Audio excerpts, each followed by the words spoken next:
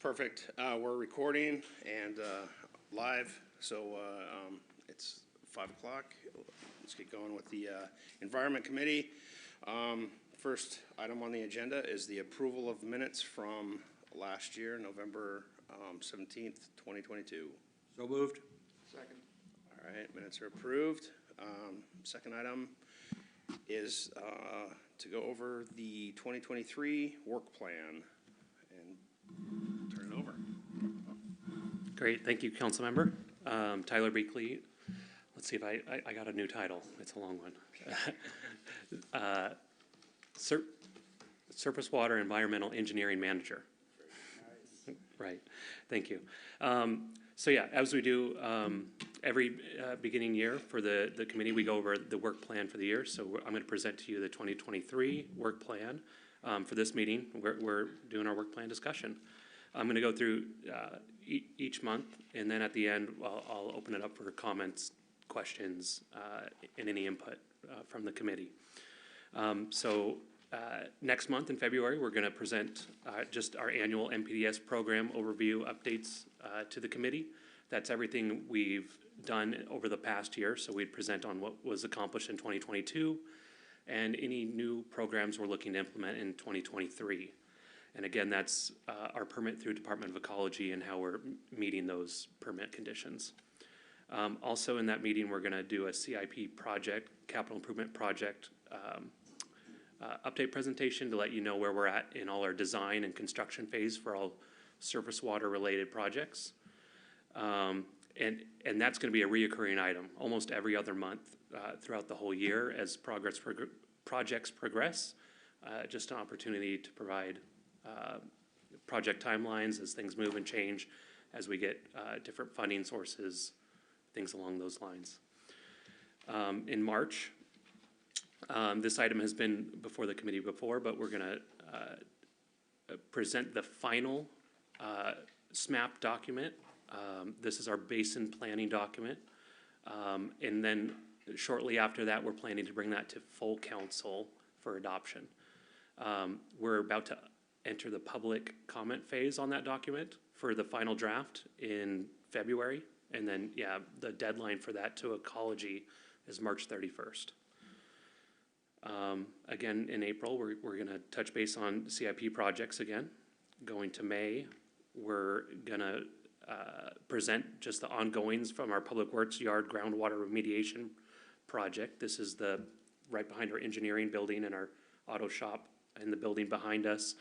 And just there's used to be fuel tanks back there, and we've been ongoing for the last 15 to 20 years with groundwater remediation. So we're going to present where we're at with that and where we're working with our consultant to finish those cleanup levels and get approvals from Ecology. Hopping to June, again, more CIP project updates. Going into July, we have our Poverty Bay Shellfish Protection District, and going to give the committee an update where we're at just as a committee. So this is as they harvest shellfish in Poverty Bay, both the Puyallup tribes and the state. That's conditional harvesting right now based on pollutant levels in the marine waters. So we convene on a technical committee with local cities in the area, King County, various state departments, the Puyallup tribes, and even the state parks with McSorley Creek, Saltwater State Park right there. So we'll give an update on those proceedings and where we're at just in general with the district. Also in that July meeting, we're going to discuss our 6-year SWIM CIP project budget, the draft version of that. Yeah, one really quick comment on the CIP budgets in July, then also the final one in September. The finance director will provide staff sometime usually in April, the calendar for the budget process. So those dates for the CIP budget may change based on the finance director's guidance to us. But right now, they're just placeholders. Great, thank you, Andrew. Moving to August, we're going to present our annual Stormfest program. At this point, we will have held Storefest this year. I believe it's taking place in June. So this will be an after-the-fact presentation of how that year went. What are some of the metrics we've got from how many students attended, what are some of the key highlights and success stories from that event, and just overall general feel-good story of sharing with the public the ability to educate our local students, both in the entire Highline School District. All the schools in the district are welcome to attend that. And then again, throughout CIP project updates again in August. Almost finished here, so September, we have our source control program update. This is a new program we're implementing this year, which we previously presented to council and committee, where we're visiting businesses and helping them with pollution prevention practices. So at that time, we're gonna have our first wave of businesses and our outreach started, so we'll give an update of how many businesses we went to, how many businesses we helped reduce pollution at, and overall how it went for year one. And then, again, following up, then we have our final SWIM CIP, 6-year CIP budget that we're gonna present in September. Going into October, just another round of CIP project updates. November, we're looking forward to 2024, and by this time in November, we're gonna have a better look at what Ecology is presenting for the next ecology permit and what new requirements they're gonna have for all cities in the area. And each permit cycle, it's a 5-year permit cycle, so 2024 is that new permit cycle, and they always have 3 or 4 new things they want cities to implement that have an impact on budgets, operational staff commitments, and we'll be watching that closely as we get more information from Ecology. And finally, December, the last round of CIP project updates for the year. And any questions, input, comments?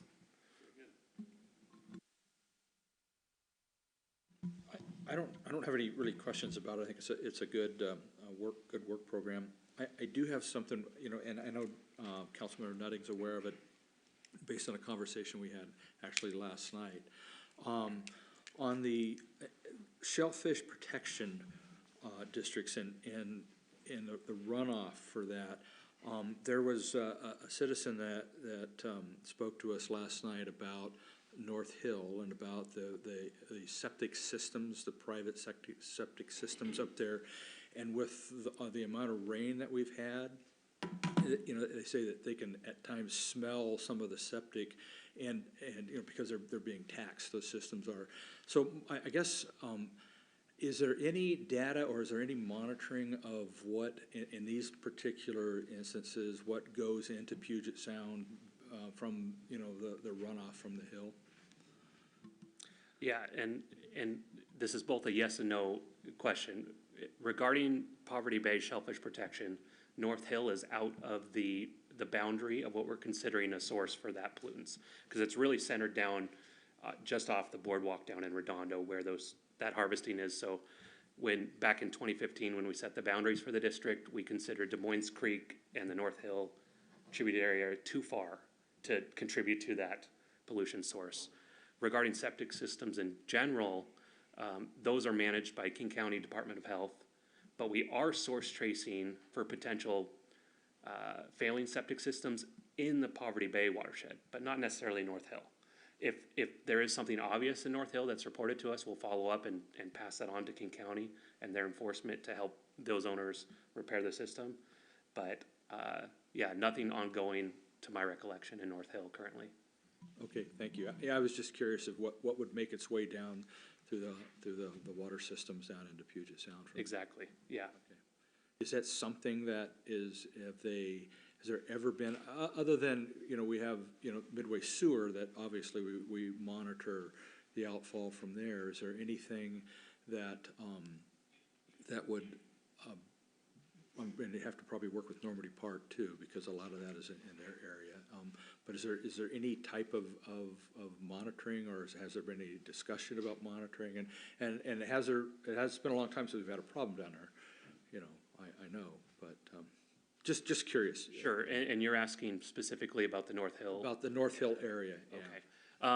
No current monitoring is going on for the storm system and pollutants. It's more of a, as we receive reports, and this is my first time hearing about it, there may be a general problem with, so anytime there would be a smell indicator, that'd be a time where we would go out and investigate and then potentially pass that on to the county. But no, there's no monitoring of, active monitoring of just daily loads of pollutants in the storm system Okay, in that thank you. area. Yeah.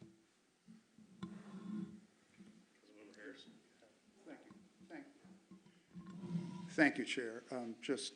I wasn't going to, but just to tag onto that, there's like this couple of block area around 27 and 207, 208. They're like right along the boundary of two sewer districts, and they're all septic, and they all want to get on the grid. And so this is aspirational, but if there were some way to partner or, yeah, it's not your department, but it's basically in the ground. So just somehow if there was a way down the road to help them, that would be a fabulous notion. Yeah.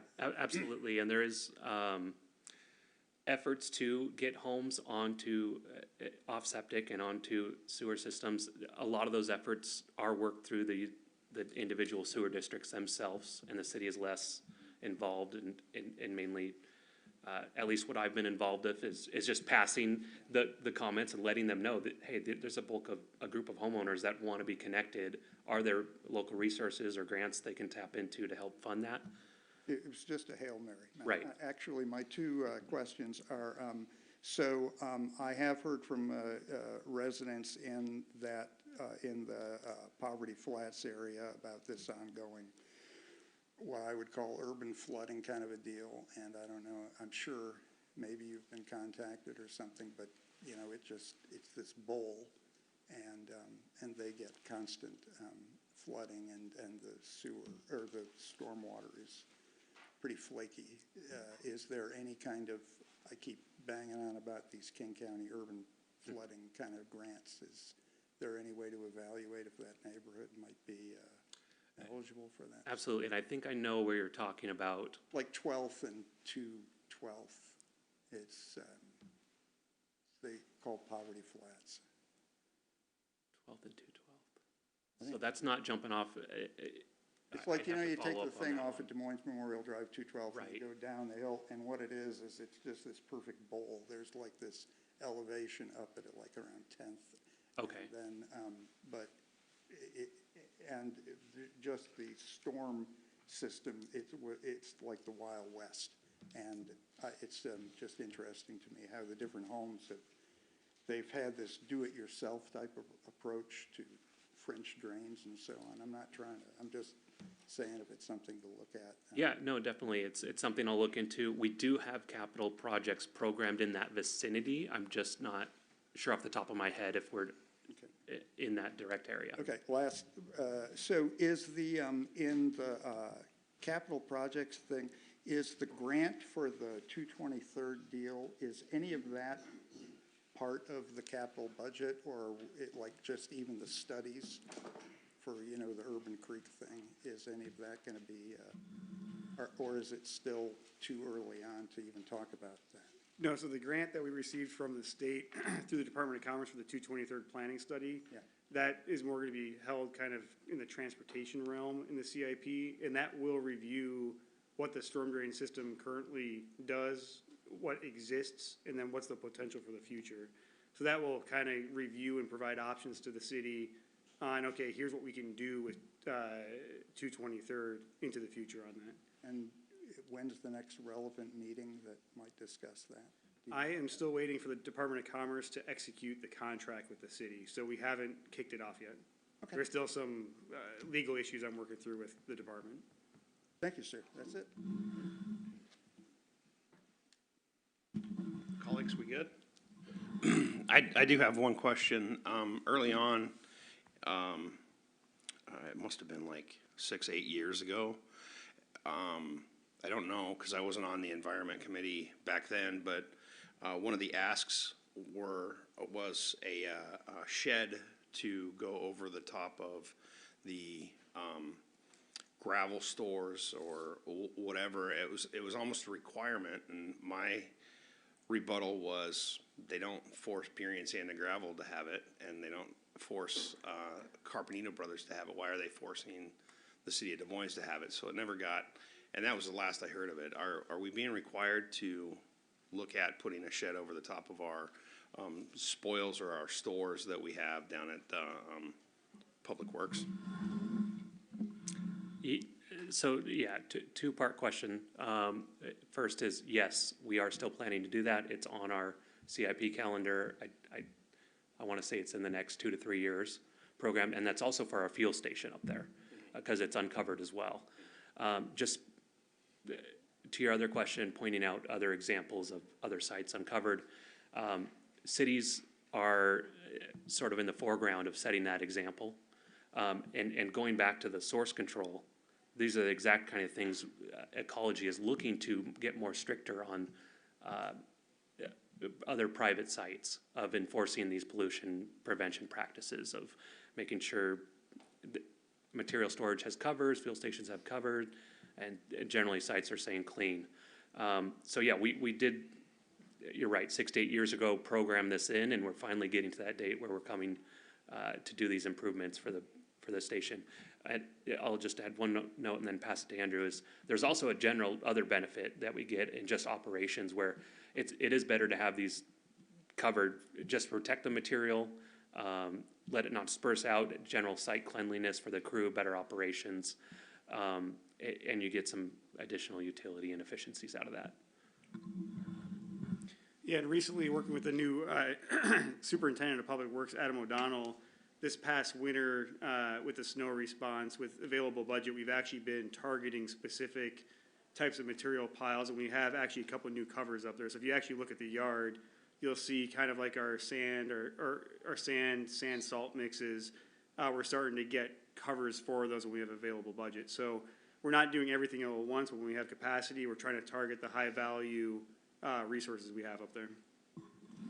Yeah, I noticed, and the reason why I brought it up is because I was up there last Friday night, and I saw that the sand salt pile was covered, and there was a couple new covers, but I did notice that the fuel station was not covered yet, and so, anyways, thank you very much. Sorry, I've got one other thing.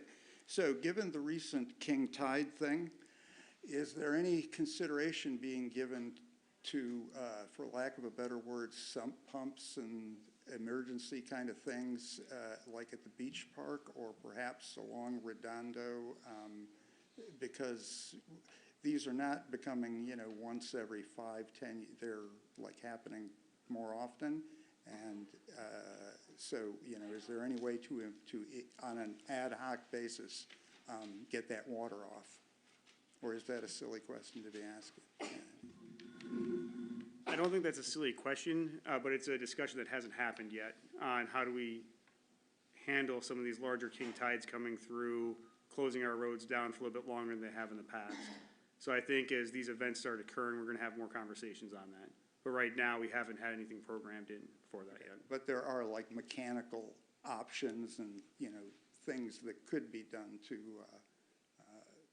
other than just closing a road or just saying, wait 2 days for the beach to. Like, for example, on Redondo Beach Drive, when we closed that, I think we've closed it twice now this year. And there's another series of king tides coming up, and I think another week and a half, that's going to close the road down. The storm drain system, there's a big storm drain system behind the seawall down there. And the outfalls, what happens when the king tides come in, all the storm drainage gets filled up. So the capacity to try to get rid of that water and push it back to the ocean, there's not really many options that we have available. So unfortunately down there, the way it stands without more or less a new seawall is flooding is going to occur like we've seen in the past. What about at the beach park? Is there any kind of pumping that could be achieved just basically just because of the lawn and all of that stuff? Yeah, honestly, I don't think, at least from a public works perspective, we haven't had to respond to any, I would say, severe or major damages at the beach park. We haven't had the issues like we do down in Redondo. I think it may be the way it's oriented. I know there is some flooding, the tides do come in quite a bit, but operationally, I don't think it's caused us a big issue in Beach Park yet. Thank you. I had one note on that one. So just to add on to the beach park, we do have a future project coming on our radar for an estuary project on the waterfront there at the beach park. And one potential component of that could be to look at the flooding impact from king tides. A past project that was done in the city also to help the beach park flooding was installing a pump system by the dining hall to help with the creek flows during those events. So it used to get a lot worse. It still happens, but it's not as bad as it used to be. Okay, no, that's actually what I was wondering, is this, Yeah. is there any long-term, is this gonna cause any structural damage? And I'd just like to add to that, and it's kind of a question and a comment. I've got my Cecil certification, and with Redondo, the last thing we would want to do is set a sump pump up in the middle of the road and pump that back into the ocean because of all of the stuff that is on the road. So we'd have to upsize the storm system to accept the king tide.